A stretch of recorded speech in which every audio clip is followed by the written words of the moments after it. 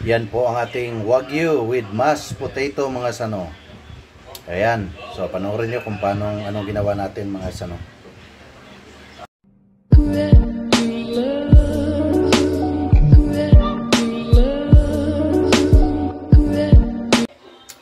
Good day mga sano, good afternoon. Ang feature ko ngayon sa vlog na to is magluluto tayo ng Wagyu. Beef unstressed beef. So ito style ko lang to sa pagluluto. Ito siya.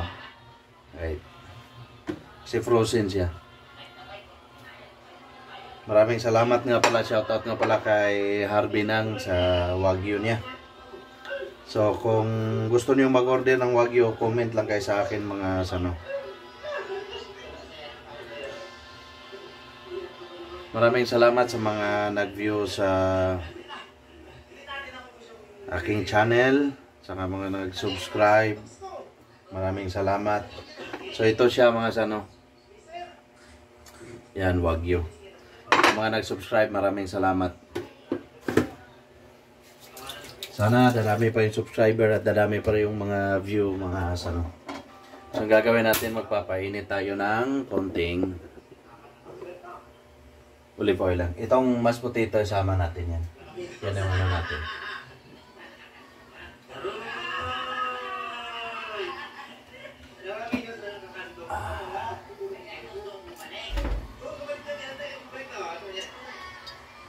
Konti lang kasi magmamantika ng mga sano. So ang ginawa ko, nilagyan ko lang siya ng salt and pepper lang mga sano. Depende na yun sa inyo kung anong gusto nyo. Para mas lalong sumarap. Pindi na yan sa inyo mga sano. Kanya-kanyang ano yan. Kanya-kanyang style. Kumbaga.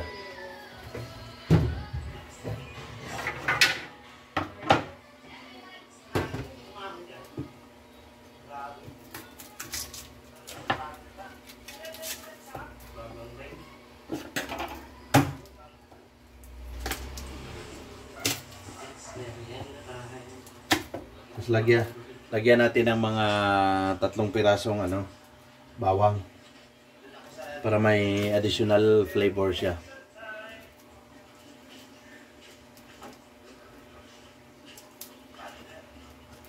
Hindi na ako maglalagay ng mga butter or margarine. Yan lang, kunting olive lang.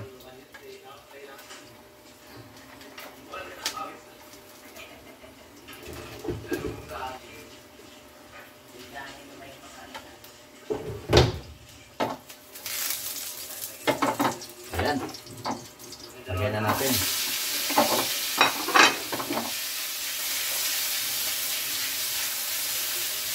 Ganun lang, lang. Pwedeng hindi na ilip. Pwedeng haluin.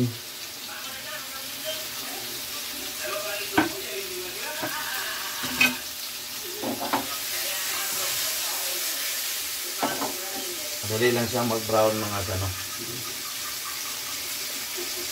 Lagyan natin ng rosemary.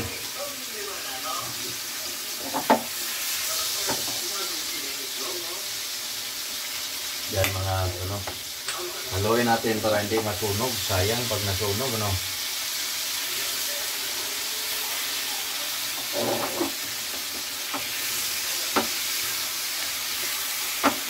Yan, lapit natin.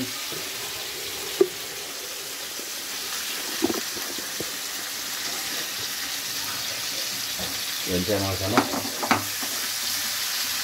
Ito yung beef Wagyu.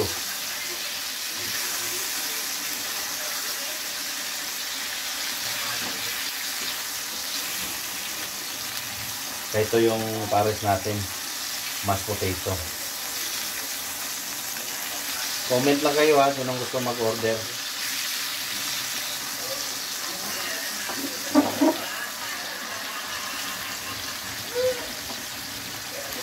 Kasi frozen to eh. Ang lambot talaga niya mga sano, as in. Kaya pag frozen siya mga sano, huwag yung piliting kalasin. Kasi talagang madudurog yung kanina nga may isang na ano ko, na parang akala ko kasi cube siya. Anuhan mo lang.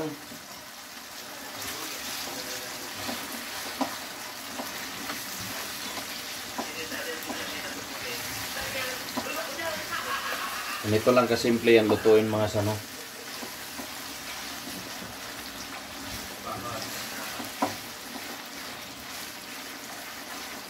Yan o, mamantika siya. Kaya konti lang yung olive nilagay ko mga sano. Yan o.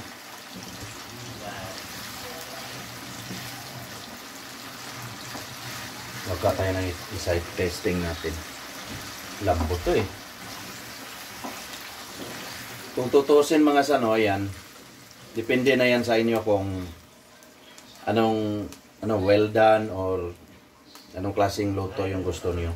Yan kung tutusin mga sano, tama, okay na to. Pero gusto ko, baka kumain yung mga bata, brown ko na lang ng konti. Konti pa. Yan. Nako, bango.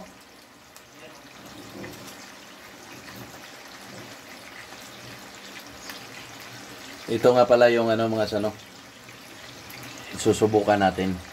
To medium lang to. Medium rare. Lambot. Grabe ang lambot. Kahit siguro hilaw ang lambot. Grabe.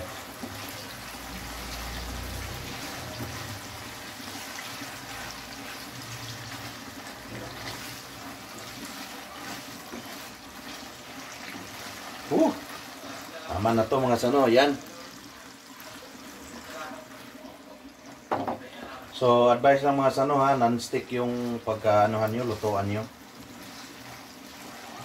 Alam mo, may nakikita kami sa na ang pinaglutuan nilang beef is bato. Social naman yun. Yan o. Iwasan natin siyang masunog mga sano, sayang. Beef Wagyu. Yan. Yan natin ng konti para mag-brown. Para mag-brown siya mga sano.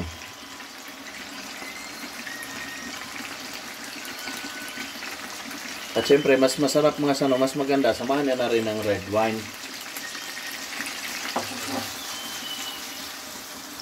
Wow!